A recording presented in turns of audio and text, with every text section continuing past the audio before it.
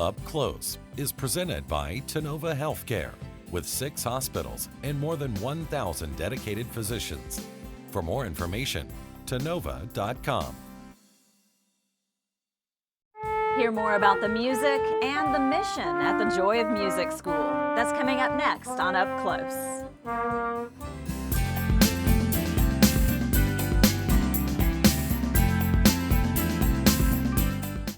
Thanks for joining us for Up Close. I'm Stephanie Aldrich. Many kids at one time or another may ask their parents for music or singing lessons.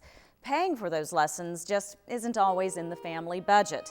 But a vision and dream turned reality 15 years ago means that those financial hurdles have been removed now. Thanks to donations and volunteers, the Joy of Music School provides free music lessons to kids who simply can't pay for them, but they have the desire and often great talent to make music a central part of their lives. And as we found out, it often helps kids find a path to education and career that otherwise may have been out of reach. I thought the saxophone looked really cool. I wanted to be good, so I came here. And then I really just got really crazy about it.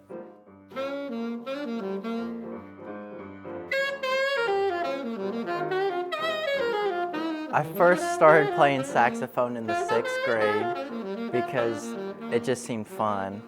You know, everybody was joining band, and then I started playing the saxophone, and then I did that through middle school, and then when in high school I wanted to get better at it, so I started coming here. We turn that energy and that love for music into an art and a discipline, and they track side by side as they train here.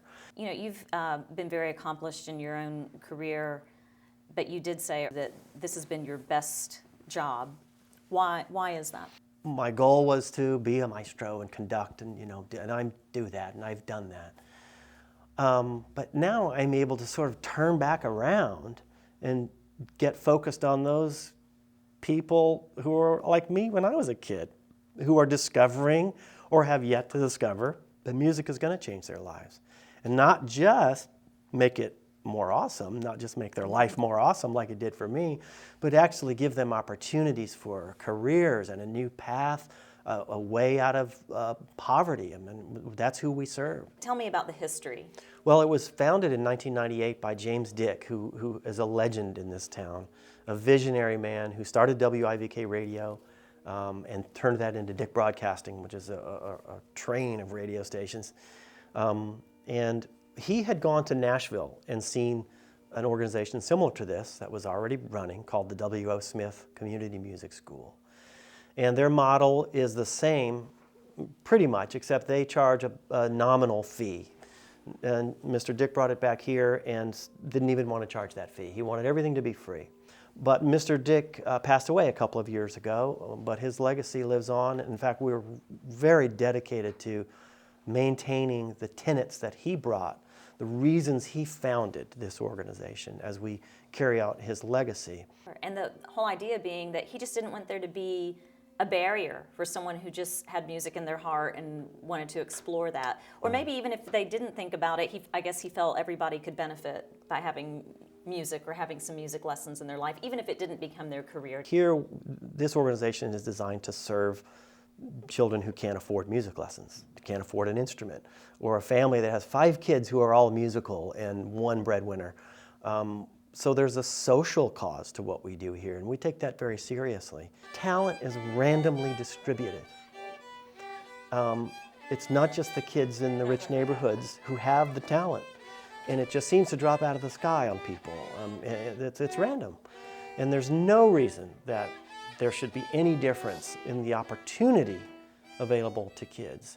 What have you seen music do for these kids? And I'm sure you've also seen some of them grow up here a little bit too, for those who've maybe been taking lessons for several years. Yeah. Tell me more about that. Well, it's remarkable to see in a family, the family dynamic. The family will often discover a kid that's got talent. You know, they're tapping their fingers, or they've got rhythm, or they sing, and And eventually, and usually it's the mom who calls in and says, you know, I think my son would like to take lessons. We provide opportunities, and in fact, our relationship with Berkeley College allows us to offer these kids the opportunity to use music as a springboard to a college education. But the fact that talent is everywhere and the opportunity is the difference between success and failure in a talented kid, that really motivates us. And then to add to that they're being taught by volunteers. I mean, people in the community who are giving their time and talent to develop a young person in this endeavor that can only be taught one-on-one in a studio. You don't learn music on the internet. I'm sorry those of you who might really dig that, but you've got to have a teacher sitting there adjusting your finger, making sure that you're breathing and sitting up and listening to your sound and saying, you know, that's one kind of sound, let's try this sound, guiding. I've always thought, well, you know, maybe this could help me get into college. And so I've just practiced real hard. I usually try to practice till about 7, and I'm really proud of myself when I get to 7:30, about 2.5 hours.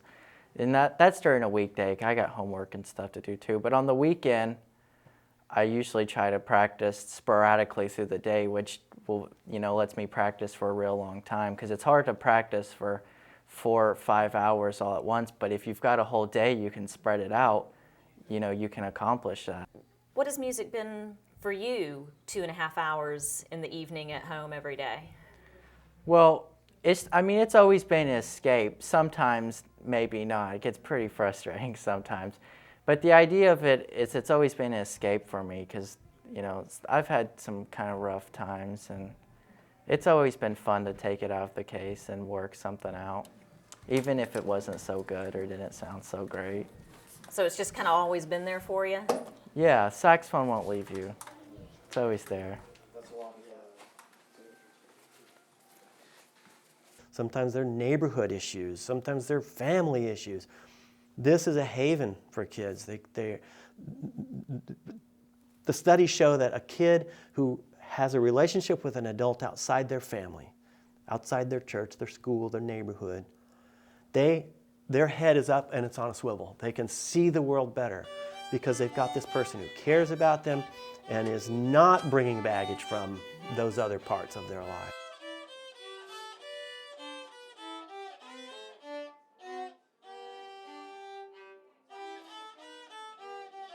I had a friend that was working here, and she told me about it. I mean, I thought it was great. I didn't have any students, and I wanted to teach really badly, so that's how I got here. It's nice to have something that's shareable with everybody. And I've heard it so many times, and it's so cliche that like everybody speaks this language with music. So it's a great way to communicate.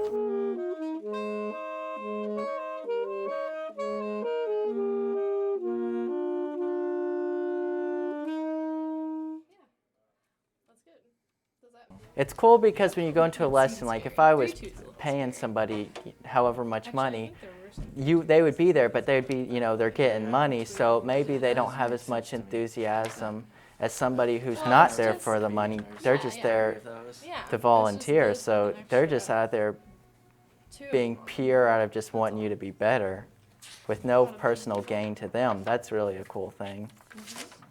How has Sarah helped you? I know that you guys haven't had that many lessons together, but what were you hoping that she might help you with a little bit with music? We are into classical music, which I haven't studied so much, so it's kind of a new thing to me, and she's really good, and we've been working on reading music and time and just giving everything its value, and it's been really a good thing.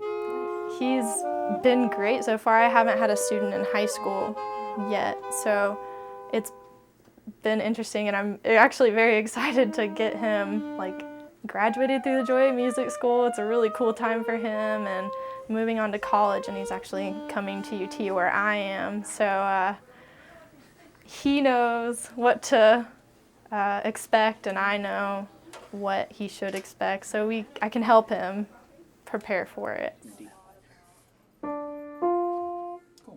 What about reverbs? Music is the thing for me.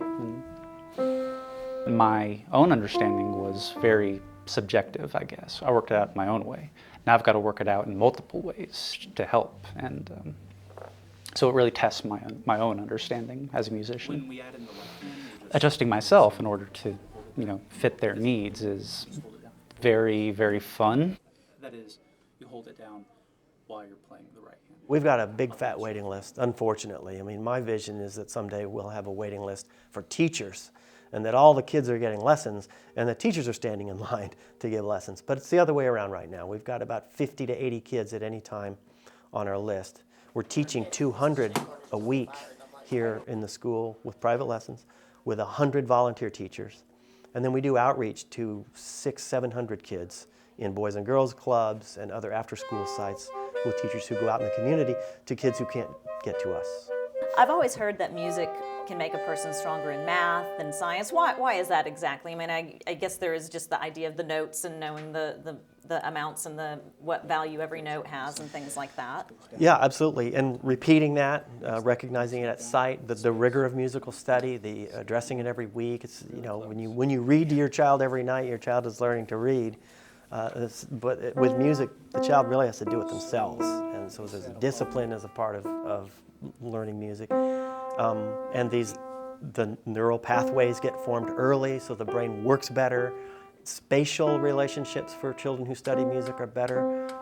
It's a really remarkable process that science is just scratching the surface on right now. Here, this organization is designed to serve children who can't afford music lessons, can't afford an instrument, or a family that has 5 kids who are all musical and 1 breadwinner.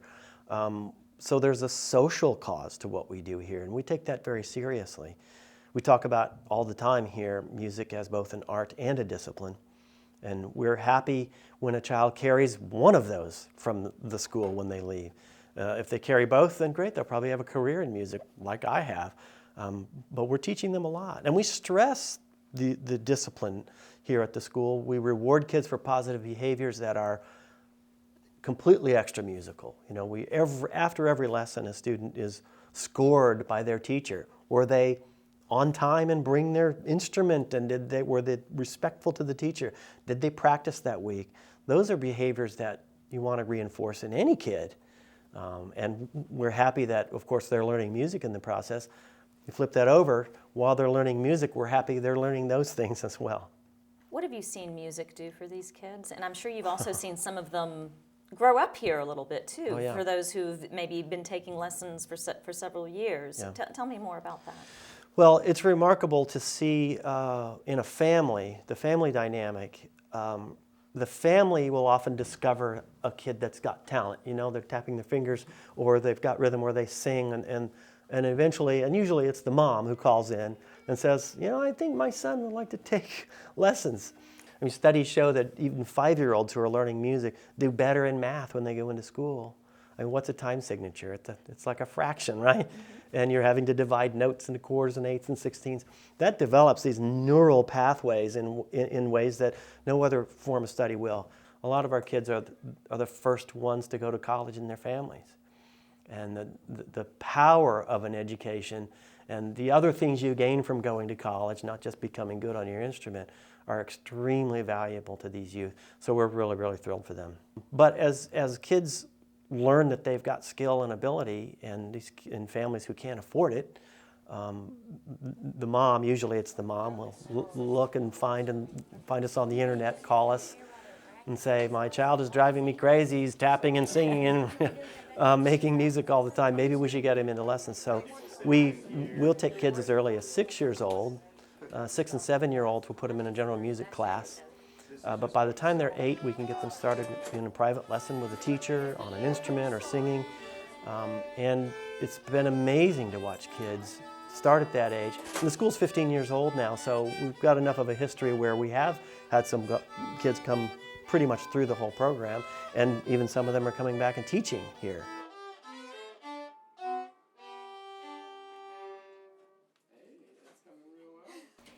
Is it sometimes hard, though, it sounds like a lot of times parents seek you out, but sometimes you might see some talent in someone. Is it ever difficult for you to get people to see the big picture of this might not just be music. Music may or may not be a career for your son or daughter, but it could open a door for your son or daughter. Is that ever something that you have to convince people of a little bit? But when the student is a sophomore or a junior, if we see that they're headed toward college and that their talent is probably going to get them a scholarship, that's when we start talking to the families and saying, you know, there's some paperwork to be filed at this point. Be sure your son or daughter is taking this or that elective, or this or that, keep the grades up, that kind of thing. Because we see something great happening here, and it's going to take a village to get a kid from noodling around on a clarinet at age 15 to a scholarship at age 18. What does it mean to you to be able to see that, to see just the growing up and then the door open and the kid walk through it? Oh, I get choked up when I talk about it, so it's really remarkable to me. It means everything.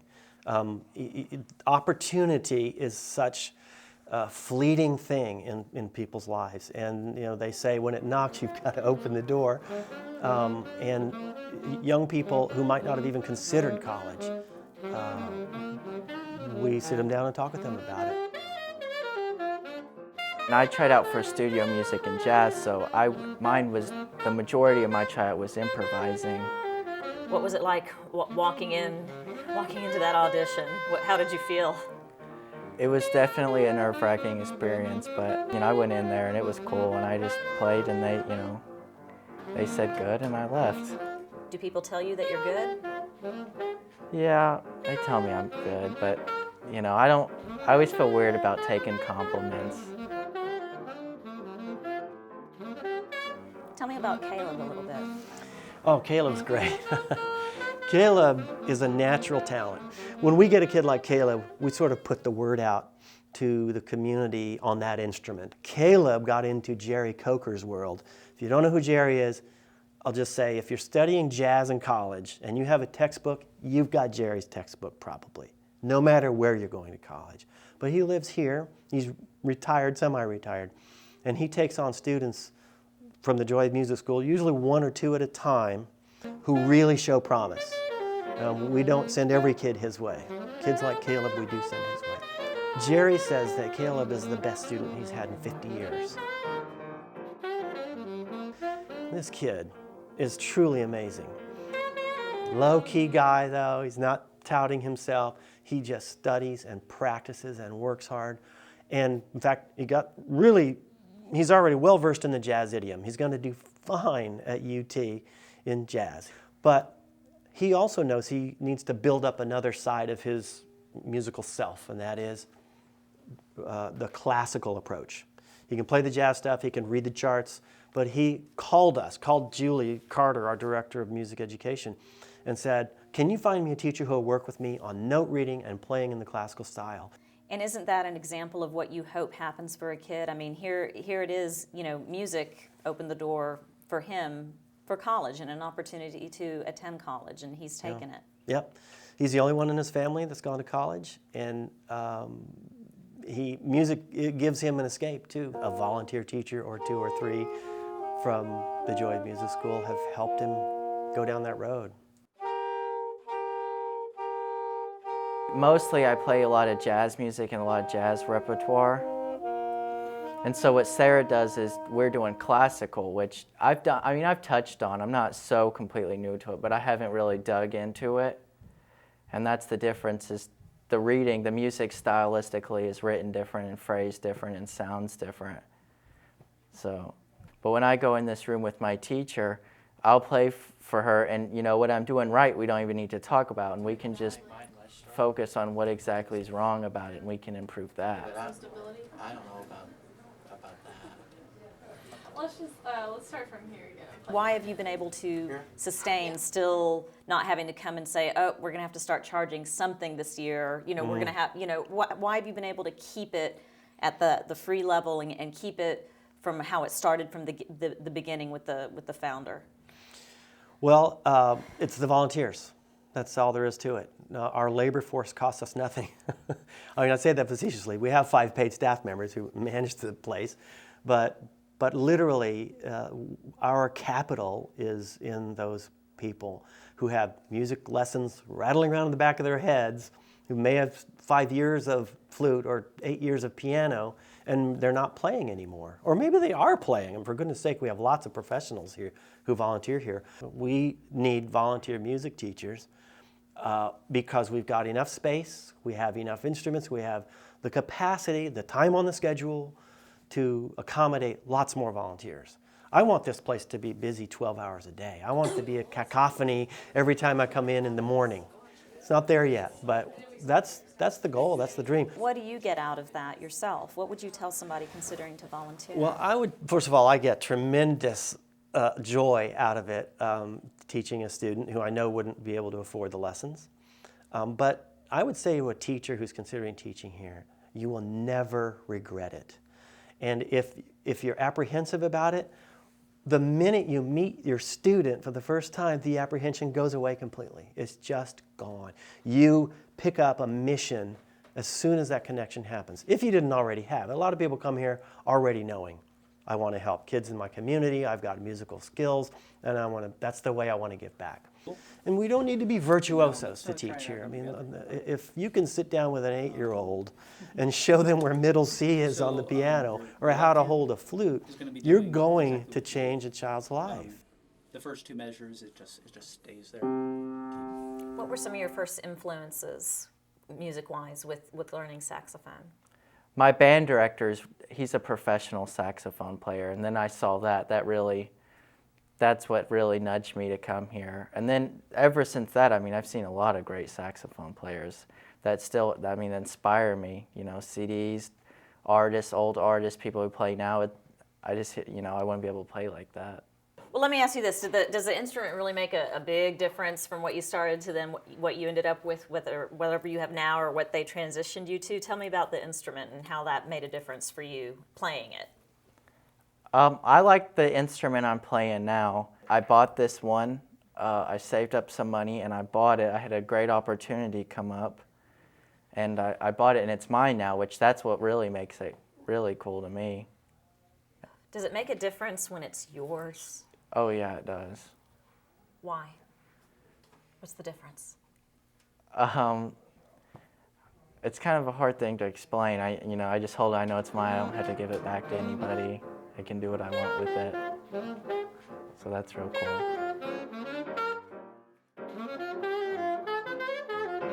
Here it is, you know, music opened the door for him for college and an opportunity to attend college, and he's taken it. Yep. He's the only one in his family that's gone to college, and music, it gives him an escape too. He tells me when he goes home from school, he closes the door and he practices. That's what he does. He says it's his favorite thing to do. You know, that's a kid who's got focus. We like to think that we've been a part of that, and a volunteer teacher or 2 or 3 from the Joy of Music School have helped him go down that road. I mean, I think he understands that he's on the verge of something really big in his education, his development as a person, his career. I mean, this is a big time for him. And even if the kids don't choose a career in music, music could still be what opens the door to something else. And then maybe they would still keep it in their lives, and then maybe even volunteer down the line. I always like to say to people, when you meet someone, you get to know them, and you learn about their job and their family and their kids, and they're awesome and you like them. And then you learn that they're also a musician. That changes everything, at least it does with me. Mm-hmm. It says they've got even a deeper grasp on the world, a deeper embrace of their life and of life in general. You know, if you meet someone and find out they're a painter, what do you want to do? You want to see their paintings. You meet someone who is a musician, you want to hear them play or sing. It's a facet that not everyone is able to bring out of themselves, so we're happy to also be a part of that. Because not everybody's going to leave here, be a virtuoso and go to Juilliard and all of that. But they're going to be one of those people where others go, oh, you play the flute? I didn't know that. That's all. Will you play for me? And we hope that we've encouraged them to play for others.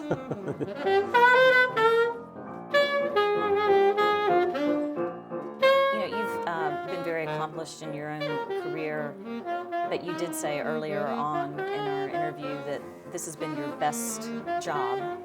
Why is that? All of our students are low income, they come from low income families. And this can be the way out for a lot of these kids. So it's just deeper that way for me.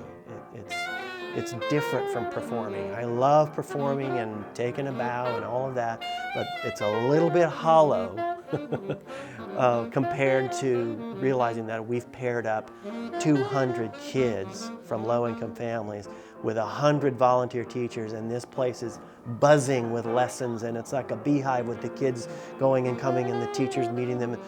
I mean, it just is so fulfilling. It's better than an hour and a half straight of applause.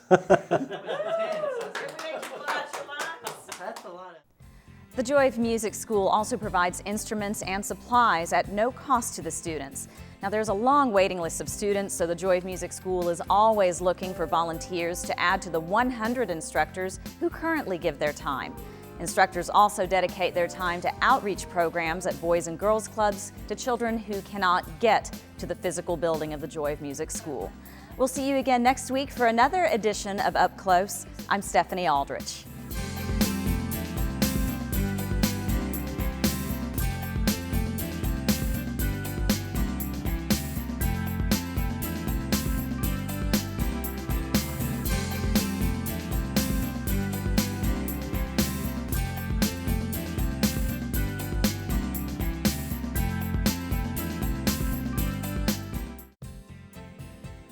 Up Close is presented by Tennova Health, with 6 hospitals and more than 1,000 dedicated physicians. For more information, tennova.com.